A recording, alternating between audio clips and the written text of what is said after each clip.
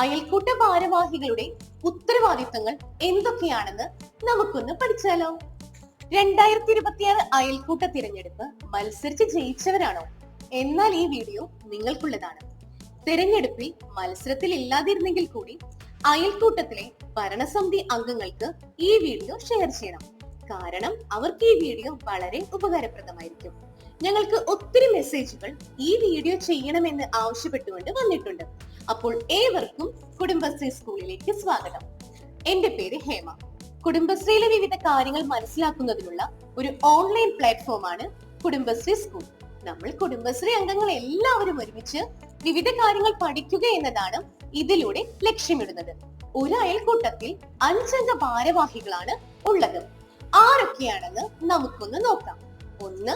അയൽക്കൂട്ട president അഥവാ തൊഴിലുറപ്പ് ഗ്രാമസഭ അല്ലെങ്കിൽ വാർഡ് സഭ ഉപസമിതി കൺവീനർ. 2.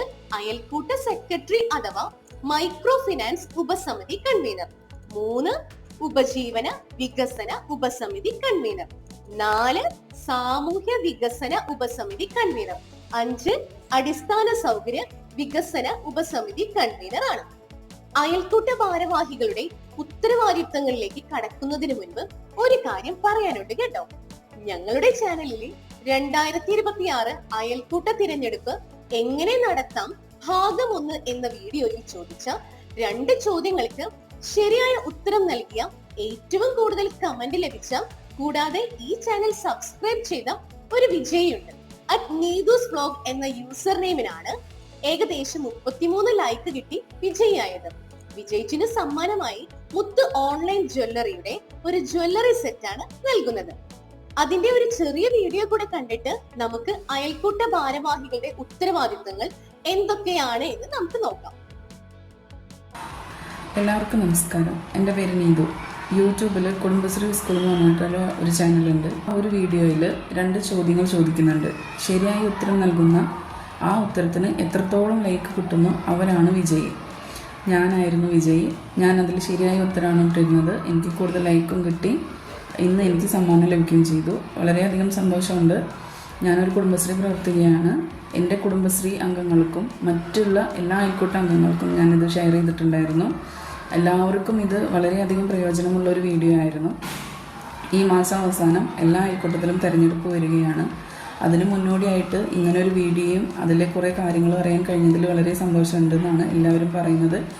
അപ്പോൾ ഇവരുടെ ഈ ചാനൽ നല്ല രീതിയിൽ തന്നെ മുന്നോട്ട് പോവുകയും ഈ ചാനലിൽ പ്രവർത്തിക്കുന്ന എല്ലാവർക്കും എല്ലാവിധ ആശംസകളും നേരുന്നു. നല്ല രീതിയിൽ ചാനൽ മുന്നോട്ട് പോവുക. എല്ലാവരും സബ്സ്ക്രൈബ് ചെയ്യുക. അപ്പോൾ വിജയിച്ച നീതുവിന് അഭിനന്ദനങ്ങൾ. ഇതുപോലെ തന്നെ ഈ വീഡിയോയുടെ അടിസ്ഥാനത്തിലും 2 ചോദ്യങ്ങൾ വീഡിയോയുടെ അവസാനം ചോദിക്കും.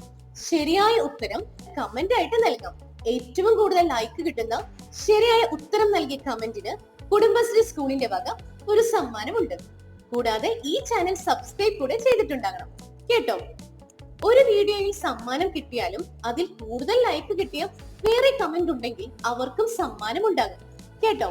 ഇടവേളകളിൽ ഞങ്ങൾ വീഡിയോ കമന്റുകൾ പരിശോധിക്കും. അപ്പോൾ നമുക്ക് അയൽക്കൂട്ട ഭാരവാഹികളുടെ ഉത്തരവാദിത്തങ്ങൾ വിശദമാക്കുന്ന വീഡിയോയിലേക്ക് കടക്കാം. ഓരോ ഭാരവാഹികളുടെയും ഉത്തരവാദിത്തങ്ങൾ പറയുന്നുണ്ടെങ്കിലും ഇതൊക്കെ അയൽക്കൂട്ട അംഗങ്ങൾ എല്ലാവരും പരസ്പരം സഹായിച്ചുകൂടെ വേണം ചെയ്യേണ്ടത്. അതോടൊപ്പം തന്നെ സബ് കമ്മിറ്റികൾ എന്ന രീതിയിൽ കൂട്ടായി പ്രവർത്തിക്കുക കൂടി വേണം. ആദ്യം നമുക്ക് അയൽക്കൂട്ട പ്രസിഡന്റ് അഥവാ തൊഴിലുറപ്പ് ഗ്രാമസഭ അല്ലെങ്കിൽ വാർഡ് സഭ ഉപസമിതി കൺവീനറുടെ ഉത്തരവാദിത്തങ്ങൾ എന്തൊക്കെയാണെന്ന് നോക്കിയാലോ. അയൽക്കൂട്ട പ്രസിഡന്റിന് പ്രധാനമായും 10 ഉത്തരവാദിത്തങ്ങളാണ് ഉള്ളത്. ഉത്തരവാദിത്തങ്ങളിൽ ഒന്നാമതായി അയൽക്കൂട്ടത്തിന്റെ പൊതു നേതൃത്വവും പൊതു മേൽനോട്ടവും അയൽക്കൂട്ട തല അധ്യക്ഷ പദവുമാണ്.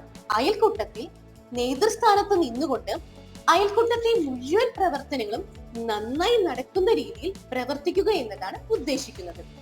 അയൽക്കൂട്ടത്തിലെ മുഴുവൻ അംഗങ്ങളുടെയും പുരോഗതിക്ക് സാധ്യമാകുന്ന രീതിയിൽ ഇടപെടലുകൾ നടത്തേണ്ടതാണ്. കൂടാതെ വാരാന്ത്യ അയൽക്കൂട്ട യോഗങ്ങളിലും അയൽക്കൂട്ട ഭരണസമിതി യോഗങ്ങളിലും അധ്യക്ഷത വഹിക്കുകയും ചെയ്യണം. അയൽക്കൂട്ട പ്രസിഡന്റ് അധ്യക്ഷത വഹിക്കാൻ സാധ്യമാകാത്ത ദിവസങ്ങളിൽ അയൽക്കൂട്ടത്തിലെ മുതിർന്ന അംഗത്തിന് അയൽക്കൂട്ട യോഗത്തിന്റെ അധ്യക്ഷത വഹിക്കാവുന്നതാണ്. ഇതുകൂടാതെ തൊഴിലുറപ്പ്, ഗ്രാമസഭ അല്ലെങ്കിൽ വാർഡ് സഭ ഉപസമിതി കമ്മിറ്റിയിലും അയൽക്കൂട്ട പ്രസിഡന്റ് അധ്യക്ഷത വഹിക്കണം. രണ്ടാമത്തെ ഉത്തരവാദിത്തം എന്നത് അയൽക്കൂട്ടത്തിന്റെ ബാങ്ക് അക്കൗണ്ട്, പ്രധാനപ്പെട്ട രേഖകൾ, പ്രമാണങ്ങൾ തുടങ്ങിയ അയൽക്കൂട്ട സെക്രട്ടറിയുടെ കൂടെ സംയുക്ത ഔദ്യോഗിക നാമധേയത്തിൽ പരിശോധിച്ച് ഒപ്പുവെക്കുകയും അപ്രകാരം അതൊക്കെ ഔദ്യോഗികമാക്കുകയും ചെയ്യുക എന്നതാണ്. മൂന്നാമത്തേത് അയൽക്കൂട്ടത്തിന്റെ എല്ലാ ഉപസമിതി മീറ്റിങ്ങുകളിലും പങ്കെടുത്ത് അത് ക്രിയാത്മകമായി നടക്കുന്നു എന്ന് ഉറപ്പുവരുത്തുക എന്നതാണ്.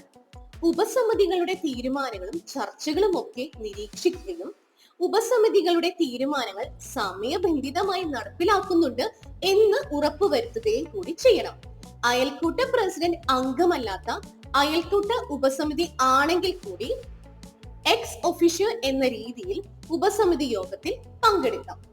നാലാമത്തേത് അയൽക്കൂട്ട ഭരണസമിതിയുടെ കൃത്യമായ നടത്തിപ്പിന് ആവശ്യമെങ്കിൽ സഹായികളെ നിയമിക്കുക. അയൽക്കൂട്ടത്തിന്റെ കൃത്യമായ നടത്തിപ്പിന് അംഗങ്ങൾക്ക് പിഴ ചുമത്തുക, സസ്പെൻഡ് ചെയ്യുക, പിരിച്ചുവിടുക എന്നിവയാണ്. പക്ഷേ ഇത്തരം തീരുമാനങ്ങൾ ഏകപക്ഷീയമായി എടുക്കുവാൻ പാടില്ല. പകരം അയൽക്കൂട്ട ഭരണസമിതിയുടെ അംഗീകാരത്തോടെ ആയിരിക്കണം എടുക്കേണ്ടത്. ഇതൊക്കെ അത്യാവശ്യമായ ഘട്ടങ്ങളിൽ മാത്രമാണ് ഉപയോഗിക്കേണ്ടത്. കേട്ടല്ലോ, ഇതൊന്നും ഇല്ലാത്ത രീതിയിൽ പ്രവർത്തിക്കുന്നതാണ് മാതൃകാപരം. അഞ്ചാമത്തേത് ഏതെങ്കിലും യോഗത്തിൽ പങ്കെടുക്കാൻ സാധിക്കാത്ത പക്ഷം ആ കാര്യം സെക്രട്ടറിയെ അറിയിക്കേണ്ടതാണ്. അയൽക്കൂട്ട പ്രസിഡന്റ് അധ്യക്ഷത വഹിക്കാൻ സാധ്യമാകാത്ത ദിവസങ്ങളിൽ അയൽക്കൂട്ടത്തിലെ മുതിർന്ന അംഗത്തിന് അയൽക്കൂട്ട യോഗത്തിന്റെ അധ്യക്ഷത വഹിക്കാവുന്നതാണ്. ആറാമത്തെ ഉത്തരവാദിത്തം എന്നത് അയൽക്കൂട്ടത്തിലെ 5 ഉപസമിതികളെയും ഏകോപിപ്പിച്ച് പ്രവർത്തിക്കുക എന്നതാണ്. 5 ഉപസമിതികളെ ഏകോപിപ്പിച്ച് പ്രവർത്തിക്കുവാൻ വേണ്ടി ഉപസമിതി കൺവീനറുമായി ക്രിയാത്മകമായി ചർച്ച ചെയ്യുകയും അവരോടുകൂടി ഇരുന്ന് പ്രവർത്തനങ്ങൾ വിലയിരുത്തുകയും ചെയ്യണം. ഏഴാമത്തെ ഉത്തരവാദിത്തം എന്നത് കുടുംബശ്രീയുടെ ADS CDS സംവിധാനവുമായി ഏകോപനവും സഹകരണവും ഉറപ്പാക്കുക എന്നതാണ്. വിവിധ പ്രവർത്തനങ്ങൾ ADS മുഖേന അറിയിക്കുമ്പോൾ അതൊക്കെ വളരെ ഉത്സാഹത്തോടെ അയൽക്കൂട്ട അംഗങ്ങൾക്ക് പ്രയോജനപ്പെടുന്ന രീതിയിൽ നടപ്പിലാക്കാൻ ശ്രദ്ധിക്കണം.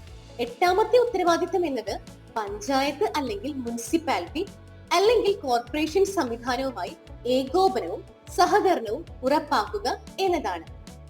വികസന പ്രവർത്തനങ്ങളിൽ തദ്ദേശ സ്വയംഭരണ സ്ഥാപനങ്ങളുടെ കൂടെ ചേർന്ന് ക്രിയാത്മകമായി പ്രവർത്തിക്കുന്നതിനും അയൽക്കൂട്ടങ്ങൾക്ക് സാധിക്കും. ഒൻപതാമത്തെ ഉത്തരവാദിത്തം എന്നത് ധനകാര്യ സ്ഥാപനങ്ങളുമായി ചേർന്നുള്ള ഏകോപനവും സഹകരണവും ഉറപ്പാക്കുക എന്നതാണ്.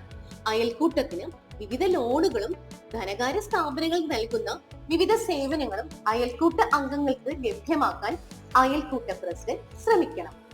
പത്താമത്തെ ഉത്തരവാദിത്തം എന്നത് തൊഴിലുറപ്പ്, ഗ്രാമസഭ അല്ലെങ്കിൽ വാർഡ് സഭ ഉപസമിതി കൺവീനർ എന്ന സ്ഥാനത്തു നിന്നും തൊഴിലുറപ്പ് ഗ്രാമസഭ പ്രവർത്തനങ്ങളിൽ ക്രിയാത്മകമായ പങ്കാളിത്തം ഉറപ്പാക്കുക എന്നതാണ്. ഈ പറഞ്ഞത് ഉൾപ്പെടെ വിവിധ വികസന പ്രവർത്തനങ്ങളിൽ അയൽക്കൂട്ടത്തെ പങ്കെടുപ്പിക്കുന്നതിനും അയൽക്കൂട്ടത്തിലെ പങ്കാളികളാക്കുന്നതിനും അയൽക്കൂട്ട പ്രസിഡന്റ് ശ്രമിക്കണം. മറ്റൊരു വീഡിയോയിൽ അയൽക്കൂട്ട പ്രസിഡന്റിന് ചെയ്യാൻ സാധിക്കുന്ന ക്രിയാത്മകമായ പ്രവർത്തനങ്ങൾ വിശദീകരിച്ച് നൽകുന്നുണ്ട്. മാതൃകാപരമായി പ്രവർത്തനങ്ങൾ ചെയ്യുന്ന രീതിയിലായിരിക്കും ആ വീഡിയോ ചെയ്യുക. യാതൊരു കൺഫ്യൂഷനും ഇല്ലാതെ ഈസി ആയിട്ട് ചെയ്യുന്ന രീതിയിൽ വിശദമായി ആ വീഡിയോ നിങ്ങൾക്ക് വേണ്ടി ചെയ്തിടാം. ആ വീഡിയോ ഒന്നും മിസ്സാവാതിരിക്കാൻ ഈ ചാനൽ സബ്സ്ക്രൈബ് ചെയ്യുകയും ബെല്ലൈക്കൺ ഓൺ ആക്കി ഇടുകയും വേണം. കേട്ടല്ലോ? ഇല്ല എങ്കിൽ ഞങ്ങൾ ആ വീഡിയോ ഇടുമ്പോൾ നിങ്ങൾക്ക് അത് കാണുവാൻ സാധിക്കില്ല. അത് എങ്ങനെയെന്ന് അറിയില്ല എങ്കിൽ വേറെ ആരോടെങ്കിലും ചോദിച്ചൊന്ന് മനസ്സിലാക്കണേ. ഇനി രണ്ടാമത് നമുക്ക് അയൽക്കൂട്ട സെക്രട്ടറി അഥവാ മൈക്രോ ഫിനാൻസ് ഉപസമിതി കൺവീനറുടെ ഉത്തരവാദിത്തങ്ങൾ എന്തൊക്കെയാണെന്ന് നോക്കിയാലോ.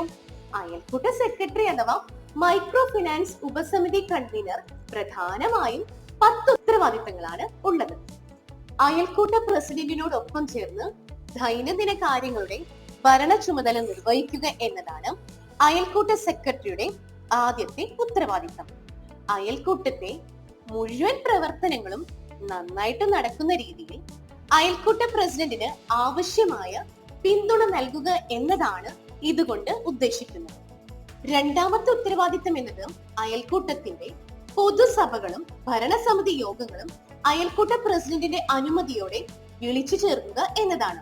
അയൽക്കൂട്ടത്തിന്റെ വിവിധ യോഗങ്ങളുടെ തീയതിയും അജണ്ടയും ഒക്കെ പ്രസിഡന്റുമായി കൂടി ചേർന്ന് ആലോചിച്ച് തീരുമാനിക്കുക കൂടി അയൽക്കൂട്ട സെക്രട്ടറി ചെയ്യേണ്ടതാണ്. മൂന്നാമത്തെ ഉത്തരവാദിത്തം എന്നത് അയൽക്കൂട്ടത്തിന്റെ ലഘു സമ്പാദ്യ വായ്പയുടെ ചുമതലക്കാരി എന്ന നിലയിൽ സമ്പാദ്യ ശേഖരണവും അഥവാ ത്രിഫ്റ്റ് ശേഖരണവും നടത്തി അതുപോലെ തന്നെ അയൽക്കൂട്ടത്തിലെ അംഗങ്ങൾക്ക് വായ്പ ലഭ്യമാക്കുക, അയൽക്കൂട്ടത്തിന്റെ പണവിനിമയം നടപ്പിലാക്കുക, അയൽക്കൂട്ട അംഗങ്ങളുടെ വായ്പാ തിരിച്ചടവ് കൃത്യമായി നടത്തുക എന്നതാണ്. നാലാമത്തെ ഉത്തരവാദിത്തം എന്നത് അയൽക്കൂട്ടത്തിന്റെ ബാങ്ക് അക്കൗണ്ട്, കണക്ക് ബുക്കുകൾ, രജിസ്റ്ററുകൾ, പ്രധാനപ്പെട്ട രേഖകൾ, പ്രമാണങ്ങൾ തുടങ്ങിയവ കൃത്യമായി എഴുതി സൂക്ഷിക്കുക എന്നതാണ്. എത്രത്തോളം കൃത്യത ഉറപ്പിക്കുന്നുവോ അത്രത്തോളം അയൽക്കൂട്ട ഓഡിറ്റ് പോലുള്ള പ്രവർത്തനങ്ങളിൽ അത് സഹായകമായിരിക്കും. സംശയമുള്ളതൊക്കെ അറിയുന്നവരോട് ചോദിക്കുന്നതിൽ യാതൊരു കുഴപ്പവുമില്ല. കേട്ടല്ലോ. അതുപോലെ തന്നെ അയൽക്കൂട്ട സെക്രട്ടറിയുടെയും പ്രസിഡന്റെയും കൂടെ സംയുക്ത ഔദ്യോഗിക നാമധേയത്തിലുള്ള ബാങ്ക് അക്കൗണ്ട്, പ്രധാനപ്പെട്ട രേഖകൾ, പ്രമാണങ്ങൾ തുടങ്ങിയവ കൃത്യതയോടെ അയൽക്കൂട്ട പ്രസിഡന്റിന്റെ കൂടെ സംയുക്തമായി പരിശോധിച്ച് ഒപ്പുവെച്ച് അതൊക്കെ ഔദ്യോഗിക രേഖകളായി മാറ്റണം. അഞ്ചാമത്തെ ഉത്തരവാദിത്തം എന്നത് അയൽക്കൂട്ടത്തിന്റെ സകല സ്വത്തുക്കളുടെയും കൈകാര്യം ചെയ്യുന്ന ചുമതല വഹിക്കുക എന്നതാണ്. അയൽക്കൂട്ടത്തിന്റെ ബാങ്ക് അക്കൗണ്ട് ഓപ്പറേറ്റ് ചെയ്യുകയും കൂടി വേണം. പണം സംബന്ധിച്ചുള്ള സകല ഇടപാടുകളുടെയും ഉത്തരവാദിത്തം അയൽക്കൂട്ട സെക്രട്ടറിക്ക് തന്നെയായിരിക്കും. അതുകൊണ്ട് തന്നെ പിരിഞ്ഞു കിട്ടുന്ന സകല പണത്തിന്റെയും കണക്കുകൾ ശരിയായി എഴുതി സൂക്ഷിക്കണം. പണം കൈപ്പറ്റുന്ന രസീതി ഒക്കെ ഒപ്പിട്ട് നൽകേണ്ടത് അയൽക്കൂട്ട സെക്രട്ടറിയുടെ ചുമതലയാണ്. അയൽക്കൂട്ടത്തിൽ നിന്നും നൽകുന്ന രസീതിൽ അയൽക്കൂട്ടത്തിന്റെ മുദ്ര ഉണ്ടെന്ന് ഉറപ്പാക്കണം. കേട്ടല്ലോ. അതുപോലെ തന്നെ കൊടുക്കുന്ന പണത്തിന് ശരിയായ വൗച്ചറുകളും ബന്ധപ്പെട്ട രേഖകളും ഒപ്പിട്ട് വാങ്ങി സൂക്ഷിക്കേണ്ടതുമാണ്. ആറാമത്തെ ഉത്തരവാദിത്തം എന്നത് അയൽക്കൂട്ടത്തിന്റെ പാസ്ബുക്കുകളും ചെക്ക് ബുക്കും സൂക്ഷിക്കേണ്ടതാണ്. അയൽക്കൂട്ട സെക്രട്ടറിയാണ് വളരെ ശ്രദ്ധയോടെ ഇതൊക്കെ സൂക്ഷിച്ചു വെക്കേണ്ടത്. ഒന്നും തന്നെ നഷ്ടപ്പെടുകയോ കൈമോശം വരികയോ ചെയ്യാതെ വളരെ ഉത്തരവാദിത്വത്തോടെ ഇവയൊക്കെ സൂക്ഷിച്ചു വെക്കണം. ഏഴാമത്തെ ഉത്തരവാദിത്തം എന്നത് അയൽക്കൂട്ടത്തിന്റെ പ്രവർത്തന റിപ്പോർട്ടുകൾ, വരവ് ചെലവ് കണക്കുകളുടെ സ്റ്റേറ്റ്മെന്റുകൾ, ബാലൻസ് ഷീറ്റുകൾ, യോഗ റിപ്പോർട്ടുകൾ, വാർഷിക ബജറ്റുകൾ എന്നിവ തയ്യാറാക്കി സൂക്ഷിക്കുകയും അയൽക്കൂട്ടത്തിൽ ആവശ്യപ്പെടുമ്പോഴും അല്ലാതെയും അവതരിപ്പിക്കുകയും ചർച്ചയ്ക്ക് വിധേയമാക്കുകയും ചെയ്യുക എന്നതാണ്. എട്ടാമത്തെ ഉത്തരവാദിത്തം എന്നത് അയൽക്കൂട്ട ഭരണസമിതി തീരുമാനങ്ങളുടെ അടിസ്ഥാനത്തിൽ അയൽക്കൂട്ടത്തിലെ ചെലവുകൾ നടത്തുക, വിവിധ ആവശ്യങ്ങളുമായി ബന്ധപ്പെട്ടിട്ടുള്ള അയൽക്കൂട്ട പ്രസിഡന്റിനോടൊപ്പം ചേർന്ന് അയൽക്കൂട്ട അംഗങ്ങളിൽ നിന്നുമുള്ള അപേക്ഷകൾ സ്വീകരിക്കുക, അത് തീരുമാനപ്രകാരം തീർപ്പാക്കുക എന്നതാണ്. ഒൻപതാമത്തെ ഉത്തരവാദിത്തം എന്നത് അയൽക്കൂട്ടത്തിന്റെ വിവിധ ആവശ്യങ്ങൾക്ക് വേണ്ടി ബഡ്ജറ്റിൽ അനുവദിച്ച തുകകളുടെ അടിസ്ഥാനത്തിൽ ചെലവാക്കേണ്ടതും അവയുടെ വൗച്ചറുകൾ സൂക്ഷിച്ചു വെക്കുക എന്നതാണ്. അയൽക്കൂട്ടത്തിന്റെ അത്യാവശ്യ കാര്യാദികൾ നടത്തുന്നതിനായി 500 രൂപ വരെ അയൽക്കൂട്ട സെക്രട്ടറിക്ക് കൈവശം വെക്കാവുന്നതാണ്. അതിൽ കൂടുതൽ തുക ഒരിക്കലും കൈവശം വെക്കാൻ പാടുള്ളതല്ല. കൂടുതൽ തുക കയ്യിൽ വരുന്ന പക്ഷം ഉടനെ തന്നെ അയൽക്കൂട്ടത്തിന്റെ ബാങ്ക് അക്കൗണ്ടിലേക്ക് നിക്ഷേപിക്കേണ്ടതാണ്. 10ാമത്തെ ഉത്തരവാദിത്തം എന്നത് മൈക്രോ ഫിനാൻസ് ഉപസമിതി കൺവീനർ എന്ന രീതിയിൽ ഉപസമിതി പ്രവർത്തനങ്ങൾ കൃത്യമായി നടപ്പിലാക്കുക എന്നതാണ്. ഇതിനായി ആവശ്യമുള്ളപ്പോഴൊക്കെ മൈക്രോ ഫിനാൻസ് ഉപസമിതി വിളിച്ചു ചേർക്കേണ്ടതാണ്. മൈക്രോ ഫിനാൻസ് ഉപസമിതിയിലെ മുഴുവൻ അംഗങ്ങളെയും ഒരുമിച്ച് കൊണ്ടുപോകുന്നതിന് പ്രത്യേകം ശ്രദ്ധിക്കണം. ഈ പറഞ്ഞതുൾപ്പെടെ വിവിധങ്ങളായ മറ്റു സാധ്യമായ വിവിധ പ്രവർത്തനങ്ങളുടെ ഒരു വീഡിയോ പ്രത്യേകമായി ചെയ്യുന്നതായിരിക്കും. ആ വീഡിയോയിൽ അയൽക്കൂട്ട സെക്രട്ടറി അഥവാ മൈക്രോ ഫിനാൻസ് ഉപസമിതി കൺവീനറുടെ സാധ്യമായ ക്രിയാത്മകമായ പ്രവർത്തനങ്ങൾ വിശദീകരിച്ച് നൽകുന്നുണ്ട്. കേട്ടോ. മാതൃകാ പ്രവർത്തനമായി ചെയ്യുന്ന രീതിയിലായിരിക്കും ആ വീഡിയോ ചെയ്യുക. യാതൊരു കൺഫ്യൂഷനും ഇല്ലാതെ ഈസി ആയിട്ട് ചെയ്യുന്ന രീതിയിൽ വിശദമായി ആ വീഡിയോയിൽ നിങ്ങൾക്ക് വേണ്ടി ചെയ്തിടാം. ആ വീഡിയോ ഒന്നും മിസ്സാവാതിരിക്കാൻ ഈ ചാനൽ സബ്സ്ക്രൈബ് ചെയ്യുകയും ബെൽ ഐക്കൺ ഓൺ ആക്കിയിടുകയും വേണം. കേട്ടല്ലോ. ഇല്ല എങ്കിൽ ഞങ്ങൾ ആ വീഡിയോ ഇടുമ്പോൾ നിങ്ങൾക്ക് അത് കാണുവാൻ സാധിക്കില്ല. അത് എങ്ങനെയെന്ന് അറിയില്ല എങ്കിൽ വേറെ ആരോടെങ്കിലും ചോദിച്ച് ഒന്ന് മനസ്സിലാക്കണേ. ഇനി മൂന്നാമത്തത് നമുക്ക് അയൽക്കൂട്ട ഉപജീവന വികസന ഉപസമിതി കൺവീനറുടെ ഉത്തരവാദിത്തങ്ങൾ എന്തൊക്കെയാണെന്ന് നോക്കിയാലോ.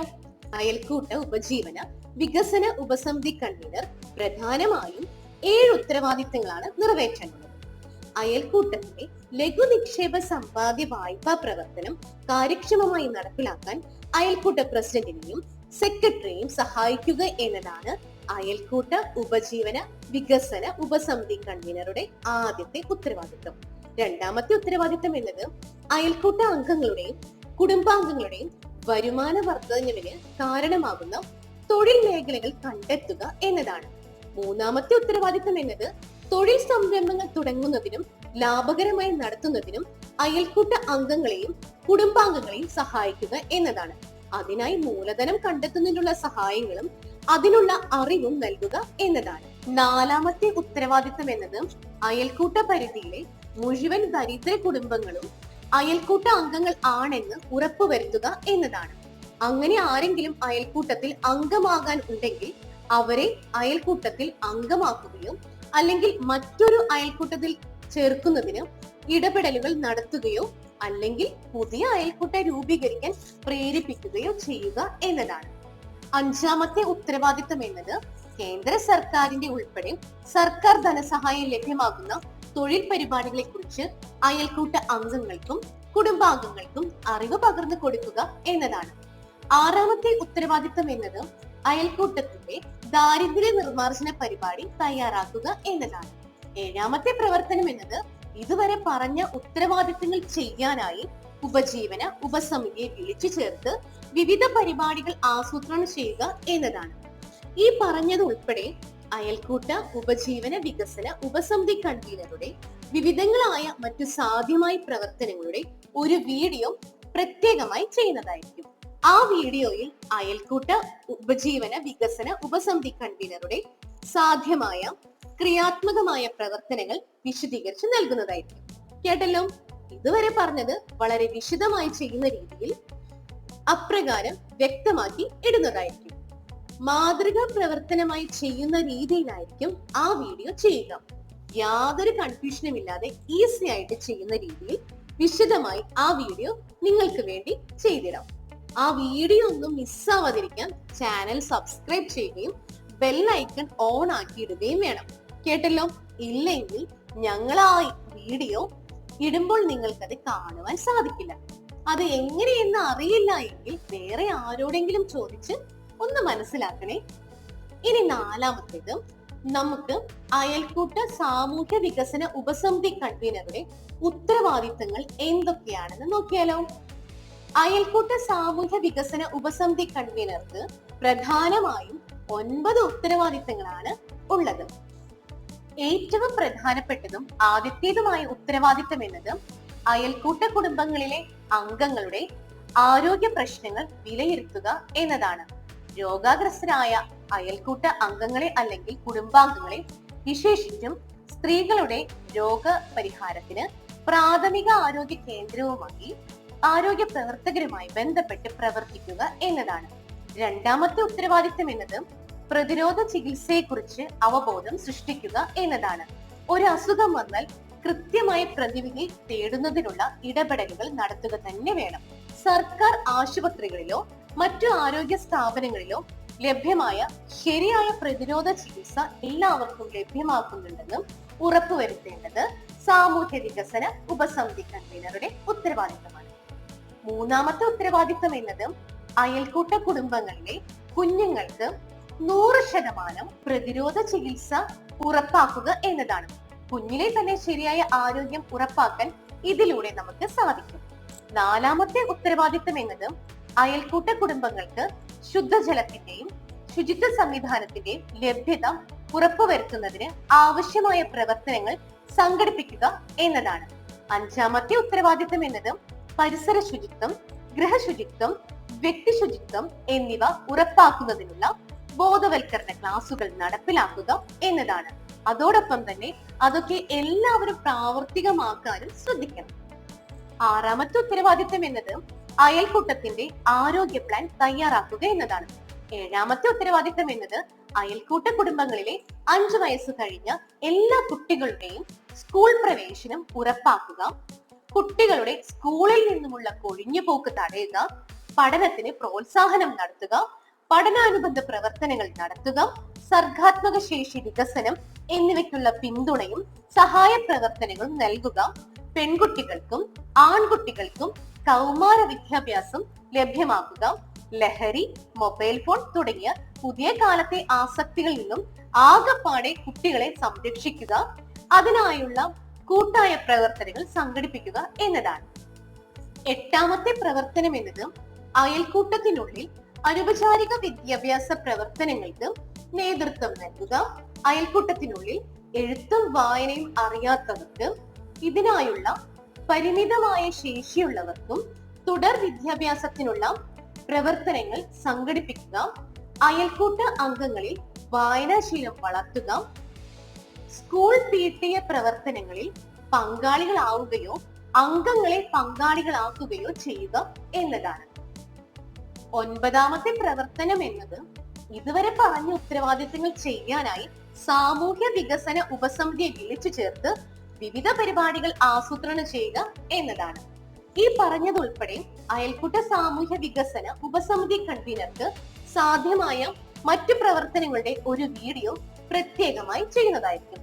ആ വീഡിയോയിൽ ഉപസമിതി കൺവീനറുടെ സാധ്യമായ ക്രിയാത്മക പ്രവർത്തനങ്ങൾ വിശദീകരിച്ച് നൽകുന്നതായിരിക്കും. കേട്ടല്ലോ, ഇതുവരെ പറഞ്ഞത് വളരെ വിശദമായി ചെയ്യുന്ന രീതിയിൽ അപ്രകാരം വ്യക്തമാക്കി ഇടുന്നതായിരിക്കും. മാതൃക പ്രവർത്തനമായി ചെയ്യുന്ന രീതിയിലായിരിക്കും ആ വീഡിയോ ചെയ്യുക. യാതൊരു കൺഫ്യൂഷനും ഇല്ലാതെ ഈസി ആയിട്ട് ചെയ്യുന്ന രീതിയിൽ വിശദമായി ആ വീഡിയോ നിങ്ങൾക്ക് വേണ്ടി ചെയ്തിടാം. ഈ വീഡിയോ ഒന്നും മിസ്സാവാതിരിക്കാൻ ചാനൽ സബ്സ്ക്രൈബ് ചെയ്യുകയും ബെൽ ഐക്കൺ ഓൺ ആക്കി ഇടുകയും വേണം. കേട്ടല്ലോ, അല്ലെങ്കിൽ ഞങ്ങളിടുന്ന വീഡിയോ നിങ്ങൾക്ക് കാണാൻ സാധിക്കില്ല. അതെങ്ങനെയെന്ന് അറിയില്ല എങ്കിൽ മറ്റു അയൽക്കൂട്ട അംഗങ്ങളോട് ചോദിച്ച് മനസ്സിലാക്കി കൃത്യമായി ചെയ്തിടണം. ഇനി 5ാമത്തേത് നമുക്ക് അടിസ്ഥാന സൗകര്യ വികസന ഉപസമിതി കൺവീനറുടെ ഉത്തരവാദിത്തങ്ങൾ എന്തൊക്കെയാണെന്ന് നോക്കിയാലോ. അയൽക്കൂട്ട അടിസ്ഥാന സൗകര്യ വികസന ഉപസമിതി കൺവീനർക്ക് പ്രധാനമായും 7 ഉത്തരവാദിത്തങ്ങളാണ് ഉള്ളത്. 1ാമത്തെ ഉത്തരവാദിത്തം എന്നത് അയൽക്കൂട്ടം സ്ഥിതി ചെയ്യുന്ന ഭൂപ്രദേശത്തിന്റെയും അയൽക്കൂട്ട കുടുംബാംഗങ്ങളുടെയും അടിസ്ഥാന സൗകര്യ ആവശ്യങ്ങൾ തിട്ടപ്പെടുത്തുകയും അടിസ്ഥാന സൗകര്യ പ്ലാൻ തയ്യാറാക്കുകയും ചെയ്യുക എന്നതാണ്. 2ാമത്തെ ഉത്തരവാദിത്തം എന്നത് അയൽക്കൂട്ട കുടുംബത്തിന്റെയും കുടുംബാംഗങ്ങളുടെയും ഭൗതിക ആവശ്യങ്ങൾ തുടർച്ചയായി കണ്ടെത്തുക എന്നതാണ്. 3ാമത്തെ ഉത്തരവാദിത്തം എന്നത് അടിസ്ഥാന സൗകര്യ വികസനവുമായി ബന്ധപ്പെട്ട് അയൽക്കൂട്ട അംഗങ്ങളുടെയും അയൽക്കൂട്ടത്തിന്റെയും വിവിധ ആവശ്യങ്ങൾ ADS അഥവാ ഏരിയ ഡെവലപ്മെന്റ് സൊസൈറ്റി മുഖേനയും ഗ്രാമസഭയുടെയും CDSന്റെയും പഞ്ചായത്ത് ഭരണസമിതിയുടെയും ശ്രദ്ധയിൽപ്പെടുത്തി പരിഹാരം കണ്ടെത്തുക എന്നതാണ്. 4ാമത്തെ ഉത്തരവാദിത്തം എന്നത് അയൽക്കൂട്ട കുടുംബങ്ങളുടെ ഭവന നിർമ്മാണം പോലുള്ള ആവശ്യങ്ങളിൽ പഞ്ചായത്തിന്റെയും ധനകാര്യ സ്ഥാപനങ്ങളുടെയും ഇതര സർക്കാർ സംവിധാനങ്ങളുടെയും സഹായം പൂർണ്ണമായും പ്രയോജനപ്പെടുത്തുക എന്നതാണ്. 5ാമത്തെ ഉത്തരവാദിത്തം എന്നത് പഞ്ചായത്തിന്റെയും ഇതര സർക്കാർ ഏജൻസികളിൽ നിന്നും നടപ്പിലാക്കുന്ന മരാമത്ത് പണികളിൽ കമ്മ്യൂണിറ്റി കോൺട്രാക്ടിംഗ് സംവിധാനത്തിൽ പങ്കാളികളാക്കുന്നതിന് അയൽക്കൂട്ടത്തെ പ്രാപ്തമാക്കുക എന്നതാണ്. 6ാമത്തെ ഉത്തരവാദിത്തം എന്നത് അടിസ്ഥാന സൗകര്യ വികസന പ്രവർത്തനങ്ങളിൽ അയൽക്കൂട്ടത്തിന്റെ പൂർണ്ണ പങ്കാളിത്തം ഉറപ്പാക്കുക എന്നതാണ്. 7ാമത്തെ പ്രവർത്തനം എന്നത് ഇതുവരെ പറഞ്ഞ ഉത്തരവാദിത്തങ്ങൾ ചെയ്യുന്നതിനായി അടിസ്ഥാന സൗകര്യ വികസന ഉപസമിതിയെ വിളിച്ചു ചേർത്ത് വിവിധ പരിപാടികൾ ആസൂത്രണം ചെയ്യുക എന്നതാണ്. ഈ പറഞ്ഞതുൾപ്പെടെ അയൽക്കൂട്ട അടിസ്ഥാന സൗകര്യ വികസന ഉപസമിതി കൺവീനർക്ക് സാധ്യമായ മറ്റു പ്രവർത്തനങ്ങളുടെ ഒരു വീഡിയോ പ്രത്യേകമായി ചെയ്യുന്നതായിരിക്കും. ആ വീഡിയോയിൽ അയൽക്കൂട്ട അടിസ്ഥാന സൗകര്യ വികസന ഉപസമിതി കൺവീനറുടെ സാധ്യമായ ക്രിയാത്മകമായ പ്രവർത്തനങ്ങൾ വിശദീകരിച്ച് നൽകുന്നതായിരിക്കും. കേട്ടല്ലോ, ഇതുവരെ പറഞ്ഞത് വളരെ വിശദമായി ചെയ്യുന്ന രീതിയിൽ ആയിരിക്കും ആ വീഡിയോ ഇടുന്നത്. മാതൃക പ്രവർത്തനമായി ചെയ്യുന്ന രീതിയിലായിരിക്കും ആ വീഡിയോ ചെയ്യുക. യാതൊരു കൺഫ്യൂഷനും ഇല്ലാതെ ഈസി ആയിട്ട് ചെയ്യുന്ന രീതിയിൽ വിശദമായി ആ വീഡിയോ നിങ്ങൾക്ക് വേണ്ടി ചെയ്തിടാം. ആ വീഡിയോ ഒന്നും മിസ്സാവാതിരിക്കാൻ ചാനൽ സബ്സ്ക്രൈബ് ചെയ്യുകയും ബെൽ ഐക്കൺ ഓൺ ആക്കിയിടുകയും വേണം. കേട്ടല്ലോ, ഇല്ല എങ്കിൽ ഞങ്ങൾ ആ വീഡിയോ ഇടുന്നത് നിങ്ങൾക്ക് കാണാൻ സാധിക്കുകയില്ല. അതെങ്ങനെയെന്ന് അറിയില്ല എങ്കിൽ മറ്റു അയൽക്കൂട്ട അംഗങ്ങളിൽ നിന്നും ചോദിച്ച് മനസ്സിലാക്കി സബ്സ്ക്രൈബ് ചെയ്യാനും ബെല്ലൈക്കൺ ഓൺ ചെയ്തിടാനും മറക്കരുത്. ഇതുവരെ പഠിപ്പിച്ചത് വ്യക്തമായി എന്ന് വിശ്വസിക്കുന്നു. കുറെ സംശയങ്ങൾ ബാക്കിയുണ്ടെന്ന് അറിയാം. അതുകൊണ്ട് ഓരോ ഭരണസമിതി അംഗത്തിന്റെയും വേറെ വേറെ വീഡിയോ ആയി ഉടനെ തന്നെ ചെയ്തിടുന്നതായിരിക്കും. ഈ കാര്യങ്ങളെല്ലാം ഉൾക്കൊള്ളിക്കുമ്പോൾ വീഡിയോ വല്ലാതെ നീണ്ടു പോകുന്നുണ്ട്. അതുകൊണ്ടാണ് ഓരോ വീഡിയോയുമായി പ്രത്യേകം ചെയ്യാമെന്ന് വിചാരിക്കുന്നത്. ആ വീഡിയോ ഒന്നും മിസ്സാവാതിരിക്കാൻ ചാനൽ സബ്സ്ക്രൈബ് ചെയ്യുകയും ബെല്ലൈക്കൺ ഓൺ ആക്കിയിടുകയും വേണം. കേട്ടല്ലോ? ഇല്ല എങ്കിൽ ഞങ്ങൾ ആ വീഡിയോ ഇടുമ്പോൾ നിങ്ങൾക്ക് അത് കാണുവാൻ സാധിക്കില്ല. അത് എങ്ങനെയെന്ന് അറിയില്ല എങ്കിൽ വേറെ ആരോടെങ്കിലും ചോദിച്ച് മനസ്സിലാക്കണം. ശരി, അപ്പോൾ നമുക്ക് അയൽക്കൂട്ട ഭാരവാഹികളുടെ ഉത്തരവാദിത്തങ്ങളെ കുറിച്ച് വിവരിക്കുന്ന വീഡിയോ ഇവിടെ അവസാനിക്കുന്നു. ഇനി ഈ വീഡിയോയുടെ അടിസ്ഥാനത്തിൽ ചോദിക്കുന്ന 2 ചോദ്യങ്ങൾ ഇതാ നൽകുന്നു. ശരിയായ ഉത്തരം കമന്റ് ആയിട്ട് നൽകാം. ശരിയായ ഉത്തരം നൽകുന്ന ഏറ്റവും കൂടുതൽ ലൈക്ക് കിട്ടുന്ന കമന്റിന് സമ്മാനവും ഉണ്ട്. കൂടാതെ ചാനൽ സബ്സ്ക്രൈബ് കൂടെ ചെയ്തിട്ടുണ്ടാവണം. അപ്പോൾ ചോദ്യത്തിലേക്ക് കിടക്കാം.